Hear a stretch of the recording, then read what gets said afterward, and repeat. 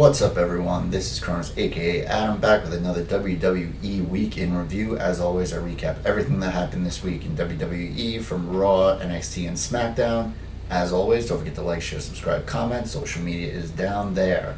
There's a lot going on.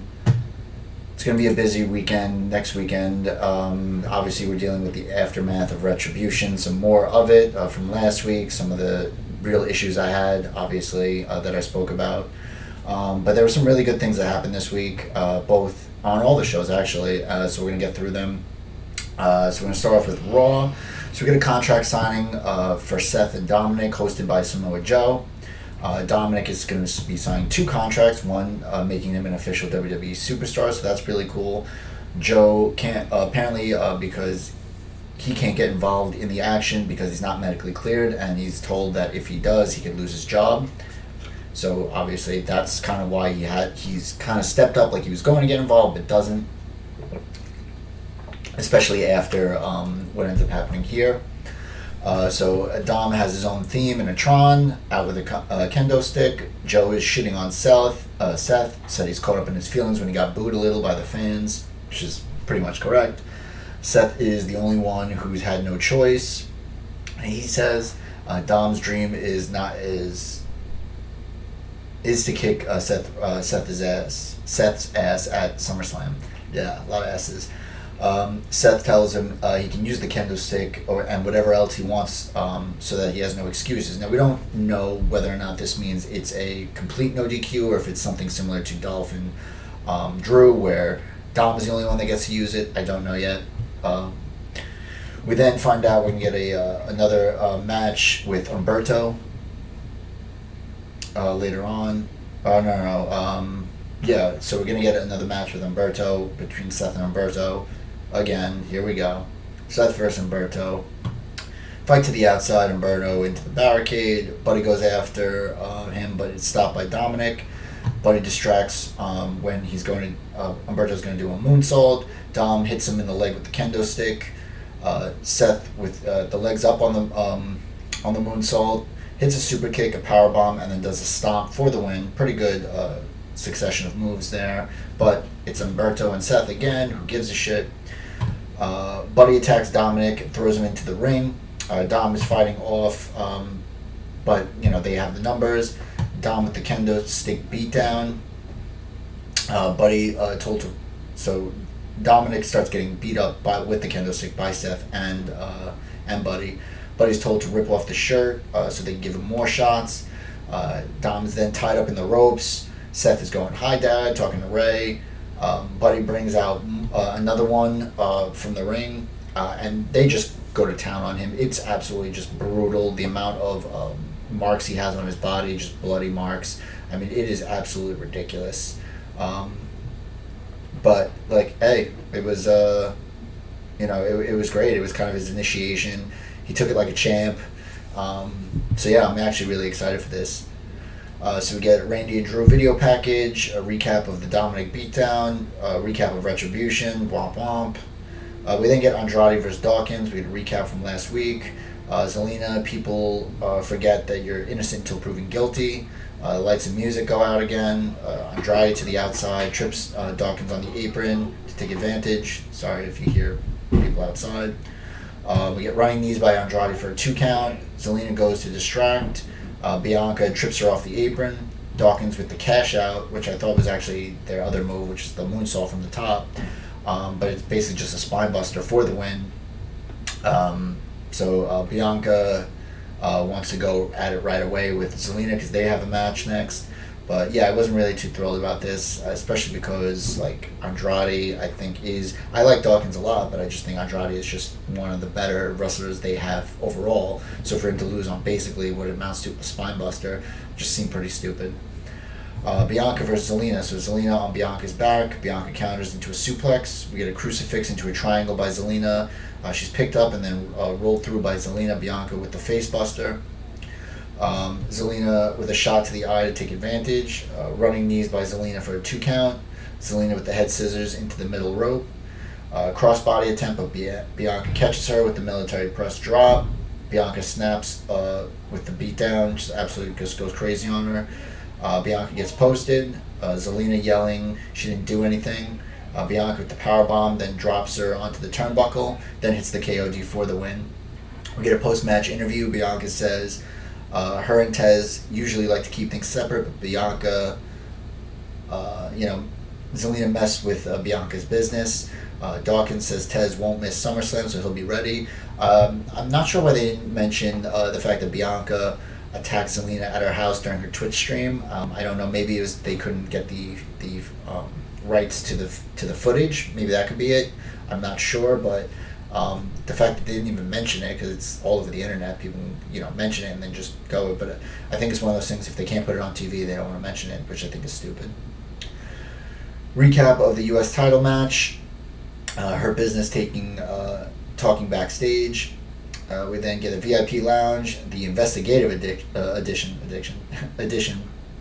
MVP says, "I told you so." Apollo didn't beat him. The lights did. He accuses Apollo. Apollo out. MVP always making excuses. Apollo taunting him that he has the new belt that MVP paid for. MVP says that Apollo is a serial bad decision maker, kind of like a habitual line stepper, coming out here by himself. Says he's allowed to because he's a bad man. And Apollo, with some great mic work, goes into the ring, tosses the couch out of the ring, just flawless. Just looks like a beast. We then get Apollo versus Shelton Benjamin. Shelton with a huge powerbomb for a 2 count. An explosive fun splash by Apollo after being beat down. Stinger splash and then a toss powerbomb attempt into a standing moonsault for a 2 count. Lashley with the trip attempt. He rolls up Shelton for the win, though. MVP stops Lashley from doing the full Nelson because he says he needs him healthy. So he tries to tell Apollo, "See, look, I'm not a bad guy. I'm just trying to, make sure that you're healthy." So Apollo hits him with an insecurity and then runs out with the belt, which I thought was really funny. We then get this stupid backstage spot with Retribution. They're throwing a cinder block through the door. That's the same door that Dawkins speared Ivar through during their match at Money in the Bank, I think it was, maybe. I forget which one it was. But it was just that door just never has a chance. They cheer like idiots, though, and then they throw a second one, basically like barely throwing it, like they could barely pick it up, whoever was throwing it, through the door again as if there was a new glass there, but there wasn't, and then they cheer like morons and then run off. Cinder block, so we get that. We get backstage interview with Mickie James. Big announcement. She's going to lead the locker room and has gold on her mind. Lana and Natalya show up. They're dressed the same, both acting like they're like hoity-toity Instagram influencers only.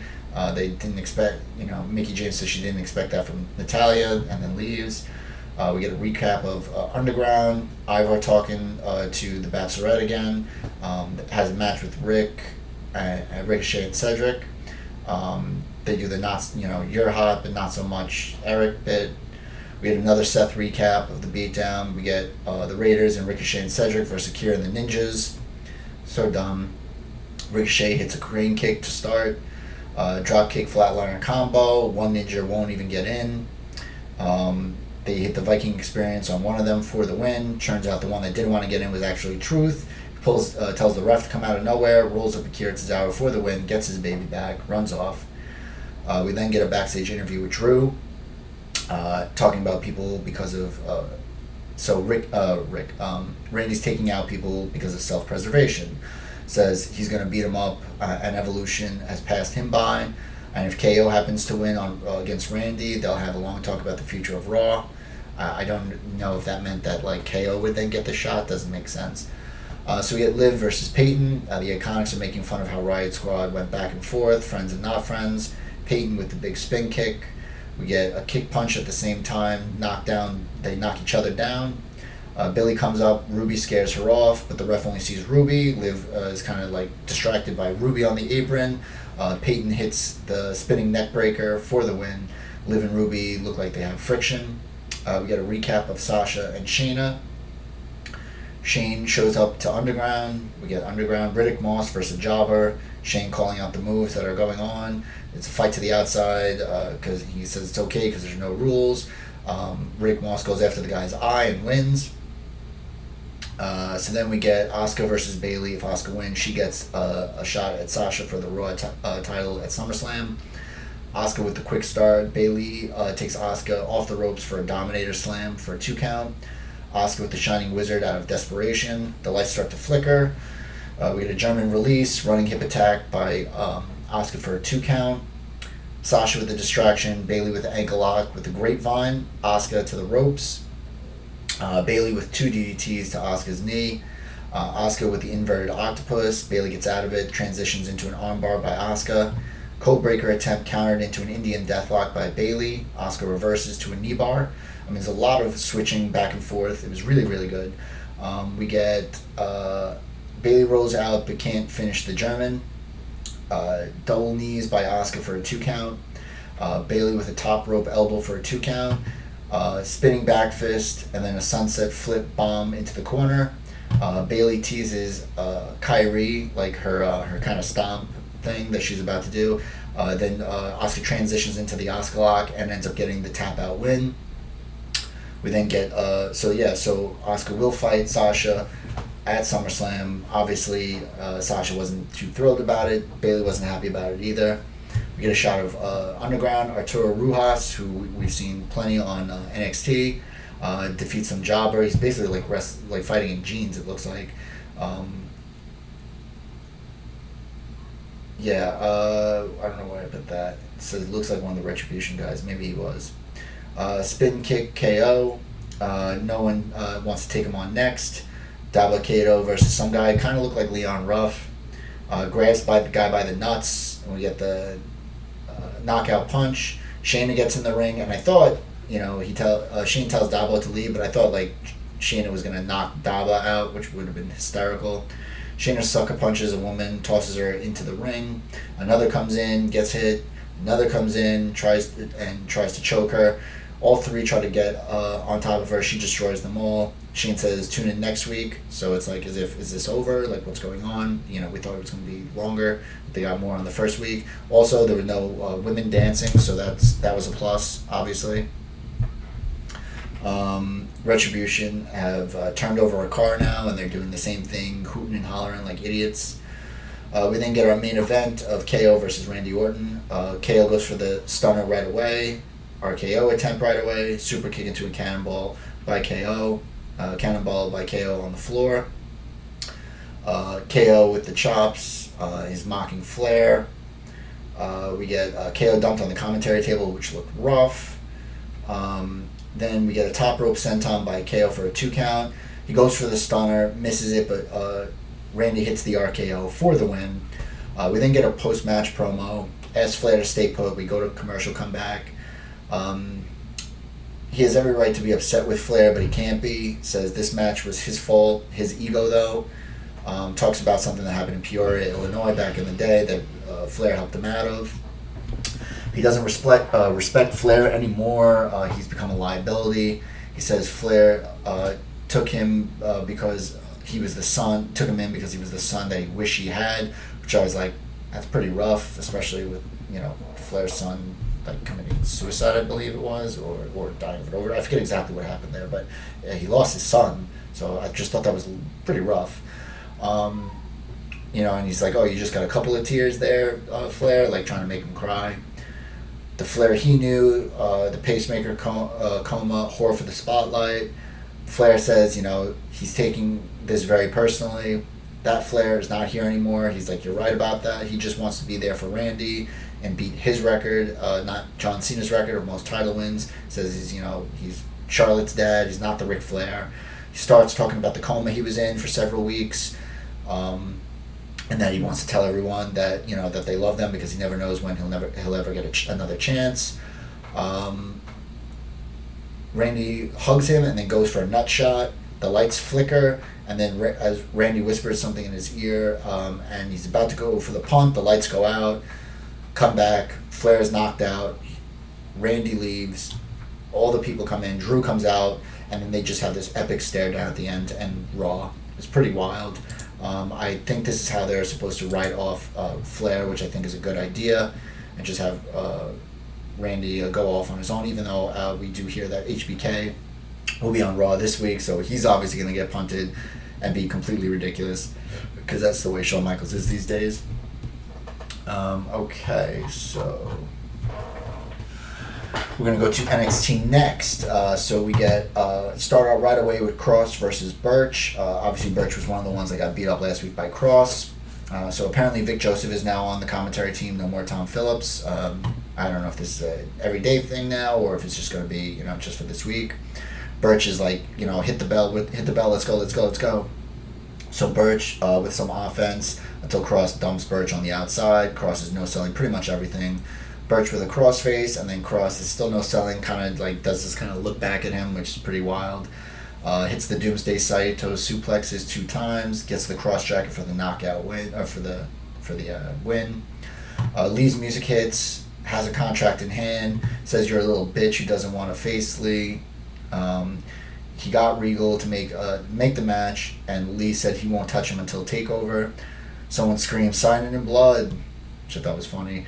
Cross signs, and then Scarlett hands it in the ring, gives it a kiss. Lee opens it, and then there's a fireball. So it's like back old school, like 90s WCW, WWE stuff. But Lee is trying to say he doesn't want help, even though it's like we get full picture-in-picture the entire time of him being helped to the back during this next match, which was basically a throwaway. Drake, welcome back, Drake, and then putting him up against Killian Dane, which is completely ridiculous. Drake gets absolutely destroyed, but the entire time you're watching Lee get helped to the back and into an ambulance, and then as his ambulance leaves, the Undisputed Era comes in to the parking lot. Drake with a cannonball senton from the top to the outside. Undisputed Era comes in, just beats the shit out of both of them. Super kick to Drake, total elimination on Dane, and the last shot. So Cole calls out McAfee, dares McAfee to show up next week and confront him. I believe McAfee's already said he will. We get a recap of Phantasma and Breezango from last week. We get a Kushida video package. Breeze versus Phantasma. No Fandango out with Breeze because he's selling injuries. Phantasma sends Wild and Mendoza to the back, says he doesn't need them. Phantasma hits a chop block on Breeze on the outside and dropped him on the apron. We get the supermodel kick, and then Joaquin Wild and Mendoza come out to distract. Phantasma ends up hitting a Phantom driver for the win. Fandango comes out with a sling. He breaks the broomstick, so he has just the stick. Hits the ring, gets shots in, but he can't beat the numbers. I do find it funny though, like someone comes in with a sling, and instead of like getting into the ring, they're like using the steps. He like slides into the ring using both his hands, so it just made no sense. Swerve comes in, cleans house, and kind of evens the odds. So we get a Dakota Kai video package. Kai has figured out how to beat Io. Once again, she says she doesn't need anyone. And just once again, there's no Raquel, no mention of Raquel. Another Ridge Holland package. Indy Hartwell versus Mia Yim. We get a Mia Yim pre-match interview saying that Lee will be fine. Indy Hartwell tries to do like a Keith Lee pose and says "basket in glory" or something.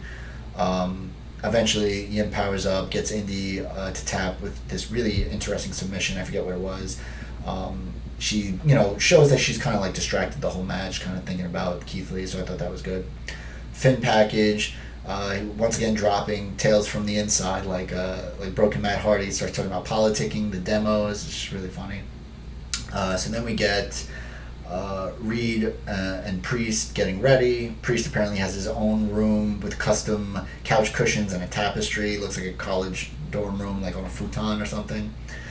We get a recap of McAfee and Cole. We then get Priest versus Reed. Reed has the power advantage. Standing switch, a DDT by Reed. Priest rolls to the outside. We get Reed sent into the steps back first during the break. Great offensive sequence by Bronson Reed, ending with a senton for a 2 count. We get the leaping flatliner by Priest, a springboard somersault senton by Priest, really cool for a guy his size. Priest finally able to get Reed onto the broken arrow for a 2 count. Priest goes for another somersault, power slam combo. Reed misses the splash just barely though, because he kind of got a little bit of him. Priest goes for the reckoning, but Reed is able to hit a matchbook cover for the win, or jackknife cover for the win. So that was, obviously Priest looks all shocked. I think this is helpful for actual Priest to do better in the ladder match, but I still think Cameron Grimes going to win that. We then get an EO package, message received when Kai kicked her in the face. Kai was a nobody until she betrayed Tegan, which I thought was really great. Kai uses people, saying Tegan and Candice, but once again, doesn't mention Raquel.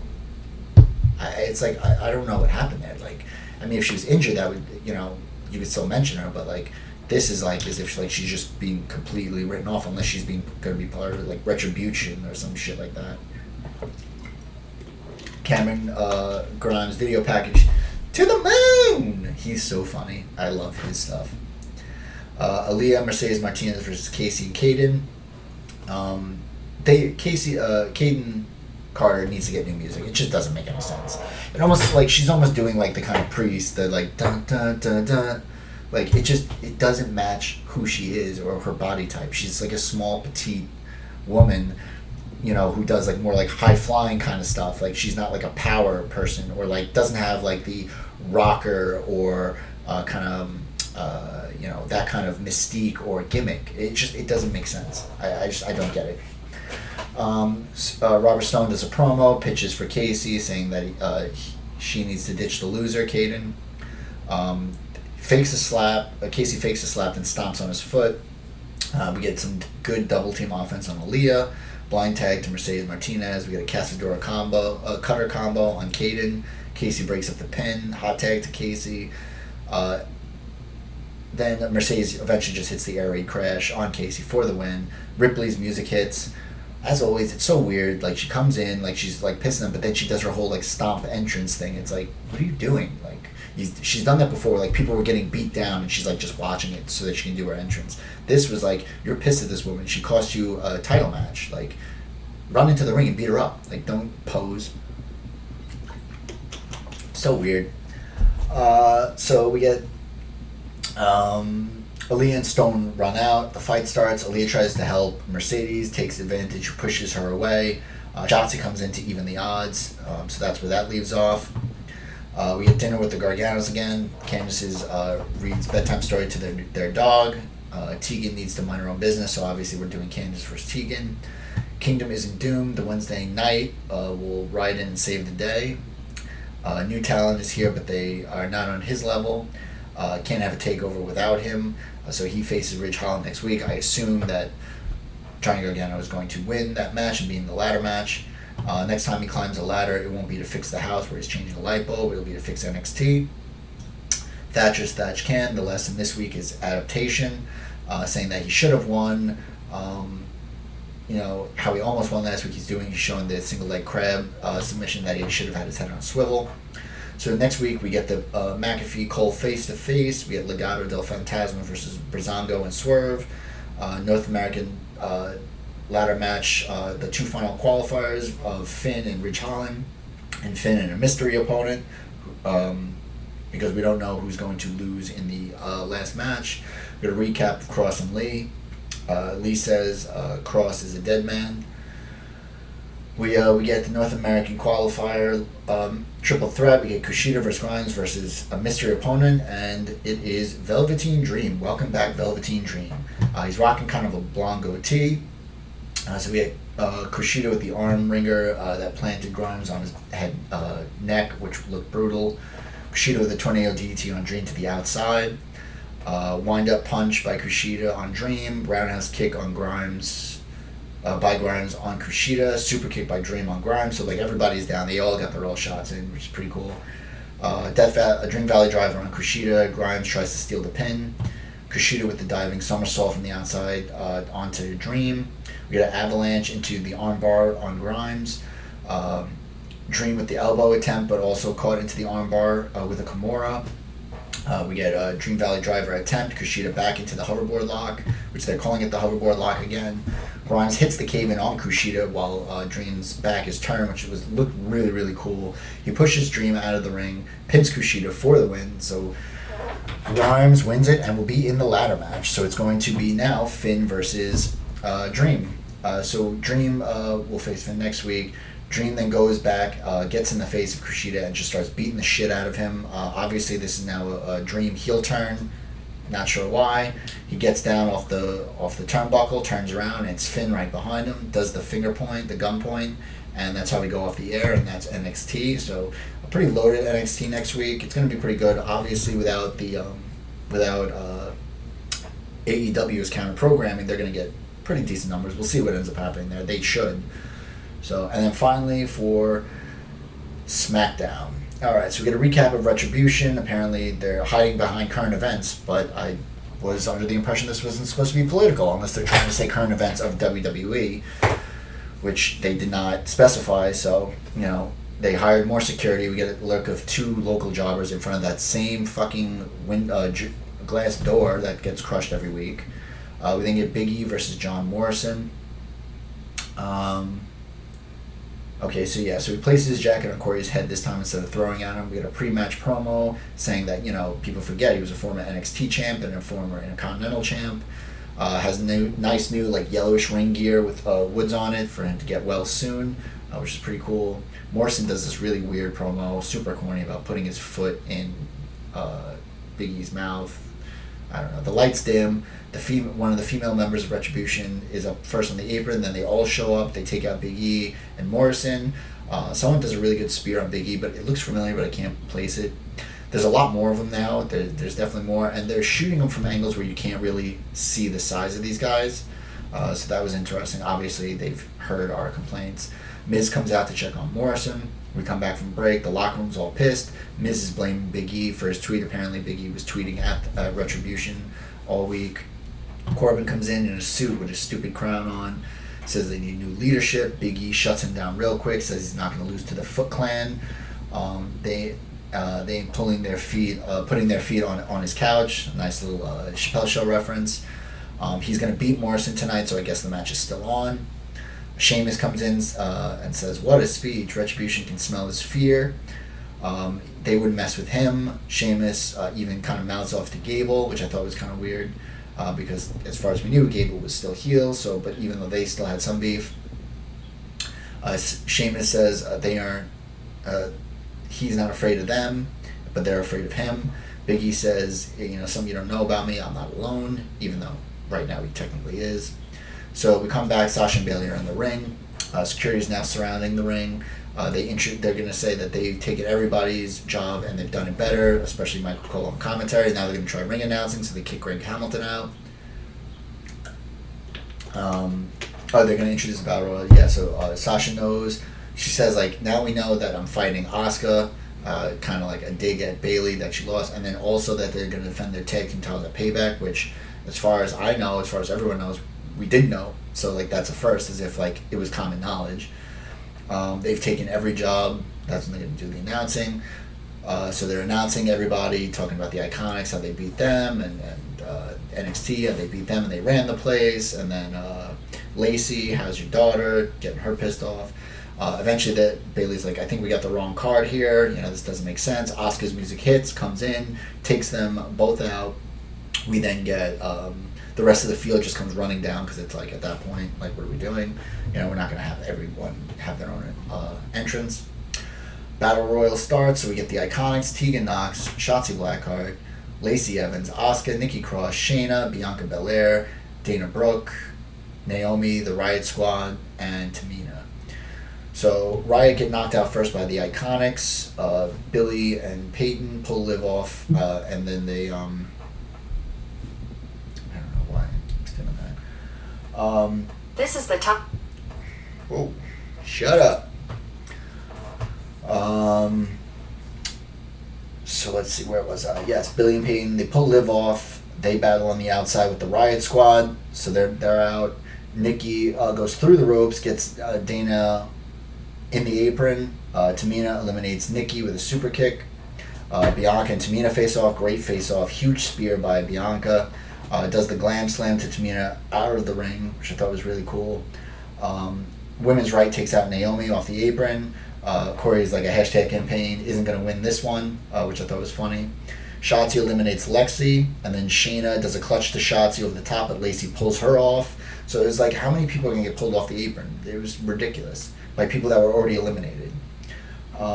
Tegan low bridges Bianca out, which I thought was really stupid. I thought that was like, that's just such a stupid way to eliminate Bianca, who was looking awesome. Like, you get low bridged out and like didn't even look that great.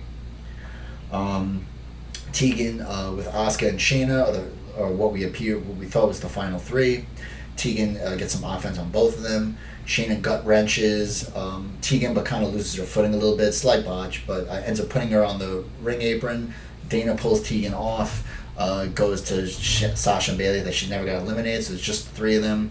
Dana then gets clutched trying to do the handspring elbow, gets thrown over the top. Asuka hits the hip attack, knocks her off. Then Bayley tries to eliminate Asuka.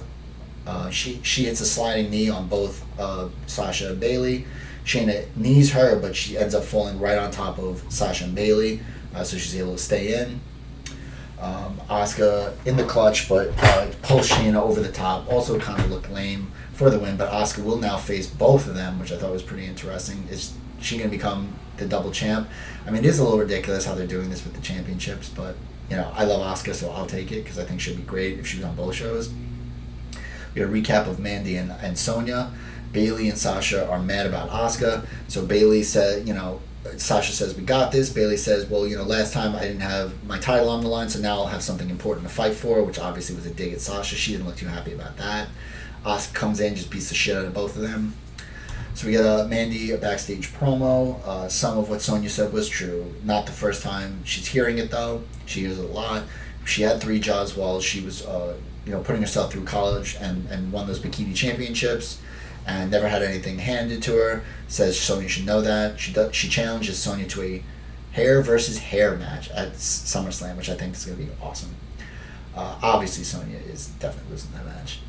Sheamus coming to the ring, tells security to take a break because Retribution won't come for him. So we get Nikki and Alexa backstage. Nikki runs over, hugs her, apologizes for what she did.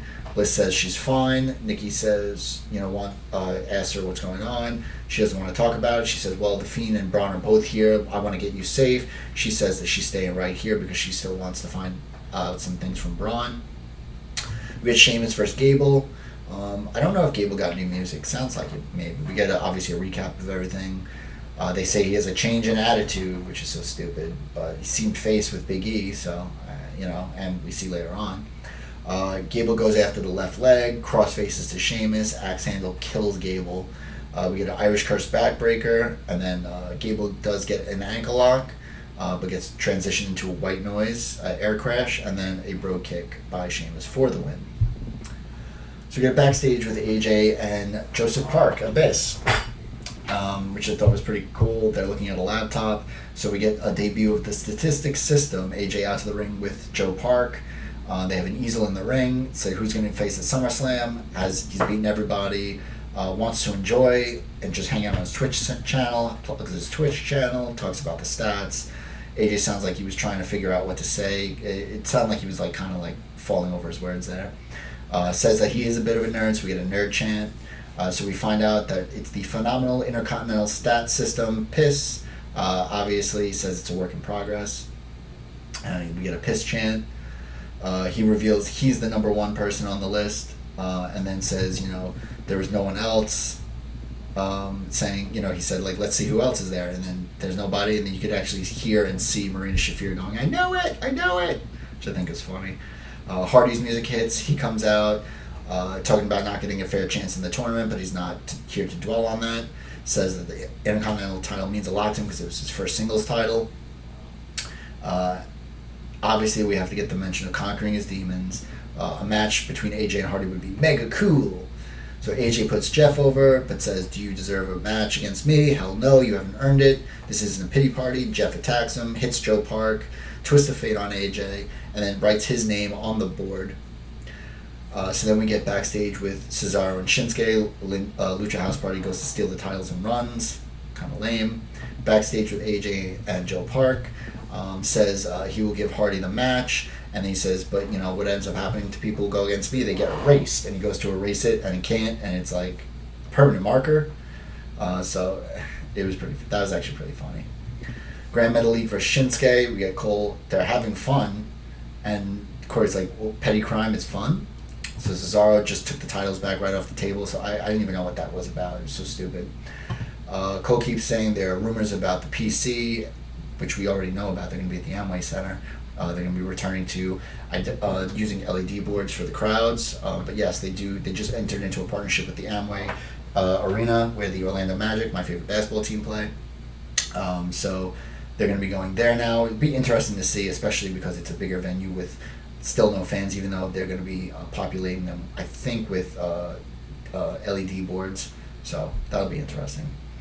So we get inverted exploder fail. Cesaro goes to distract. Shinsuke kick out of midair for a 2 count. He goes for the setup of the Kinshasa, but Luchasaurus's music hits. We then get Kalisto return. So we get Kalisto is back. And he looks fucking shredded. He looks like just cut and just looks great. So then they double team Cesaro. While that's going on, Grand Metalik hits a top rope elbow on Shinsuke for the win. I thought that was stupid as a finisher. I'd rather like a distraction roll up or something, because it just looked like a simple move. Shouldn't have been, kind of like with Dawkins on Smackdown. Anyway, so obviously we're gonna get a tag team title match: Lucha House Party versus Cesaro and Shinsuke. We get seeing setting up Bliss for an interview, backstage interview with Riddle, asked about Corbin and the ransom. Annoying to have to keep his head on a swivel. Corbin's just a royal pain. And then Gable comes out to explain himself, says he's got a family, needs the money, and he apologizes. They fist bump, and then Corbin attacks and actually thanks Gable, says, I know you'd amount to something, like, for the distraction. So we get an interview with Bliss. Thank God it's not with Michael Cole. They talk about her relationship with Braun. We get a recap of Little Big, kind of some B-roll footage saying, anything romantically. She said maybe. That could have been. Doesn't know why Fiend went after her. It's scary but also compelling. Understands the concept with the moth to the flame. Recap of Braun saying he doesn't care about Bliss. Asks how she feels about that, but she kind of turns away. Looks like she's about to cry. She's not happy about it. We get next week, we're told that there's going to be an Intercontinental title match between AJ and Hardy. Essentially, that means it's going to be some stupid long finish. And I can't believe I just realized my mic has been over there this whole time. Wow. Hopefully the sound does not sound bad. So there'll be some kind of long finish, and they'll be going, to SummerSlam for the match. Damn it. Such amateur hour move. I really hope it sounds good.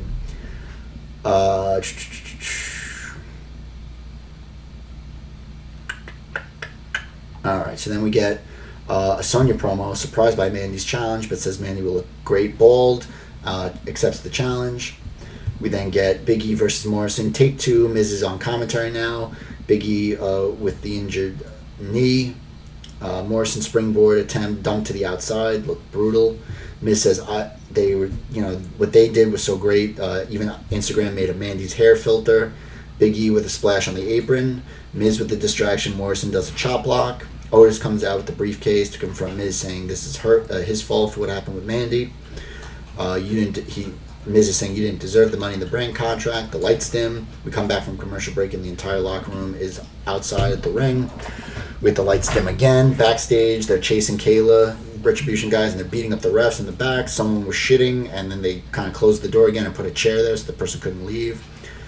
We get back to the match. Disaster kick by Morrison for a 2 count. I don't know why Cole and Corey are like, oh, this is going on, but yet no one's saying anything to the wrestlers, like getting up and running and being like, get the hell back, go back. So then finally Jessica Carr, the ref, comes out, tells them all to come back. Miz stays put, gets made fun of by Cole for it, says all he cares about is Morrison. The locker room showed up too late, obviously. They see the spray paint and everything going on. Back in the ring, we get Uranagi by Big E for a 2 count, and then hits the stretch muffler on Morrison for the win. Sheamus comes out and bro kicks Big E on the ramp as he's leaving. Okay, so now what's going to happen? It's going to be some kind of 50-50 booking, and then eventually Sheamus is going to lose the feud, just like he's been doing with everybody. Braun's music hits. While this is going on, he's bald now. So it says you never see it coming, but the Fiend will know what he's getting. Braun with a lot of creepy, tough talk about eviscerating him and eating his entrails. Bliss music hits. Braun won't even look at her, he's just staring off into space. Braun says they aren't friends, Bliss just used him. He's not a clown. He's not going to sing stupid songs in their car. Everyone changes when they get involved with the Fiend, even including her.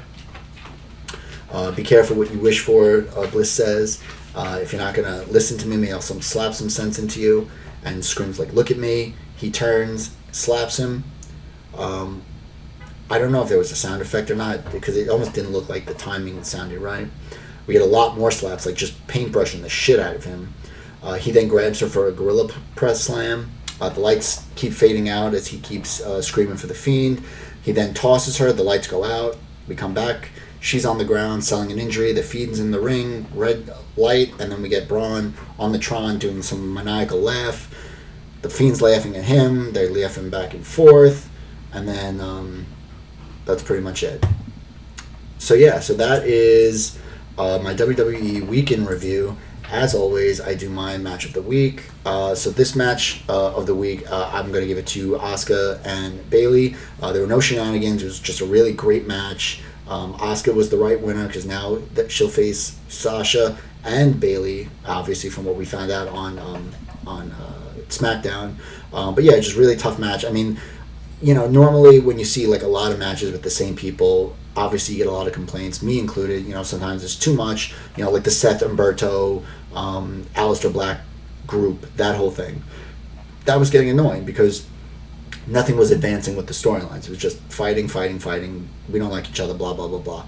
But at least with this, there was a purpose to the match. It's not only getting Asuka over and getting her involved in the championship, you're then also putting more of a wedge between Bayley and Sasha for the eventual split. So, worked out that way. Anyway, so obviously I was happy. Earlier today I recorded my 50th episode, which I thought was pretty cool. Kind of nice milestone there. So we got a lot of stuff coming up in the next week. We're gonna have my premium predictions for TakeOver, my AEW weekend review that's gonna get posted on Saturday because Saturday night we're gonna have both TakeOver and a special time for Dynamite. Also, I'm gonna have my preview and predictions for SummerSlam. I'm gonna have to post my my review and reaction to SummerSlam, and as well as DC Fandom, which is going to be their attempt at a online Comic-Con. Obviously, with everything going on in the world, they weren't able to do actual Comic-Con, so they're gonna have a bunch of various panels. Some of them look really cool about some of the future movies, so I'm going to see if I can get what I can from there. And so I mean, it's a lot of work, but we'll see what happens. See what I can get to. So as always, don't forget to like, share, subscribe, comment. Let me know what I'm doing right. Let me know what I'm doing wrong. Any feedback is good feedback in my mind. Social media is down there. Check me out there. So as always, be safe, love each other, and bye now.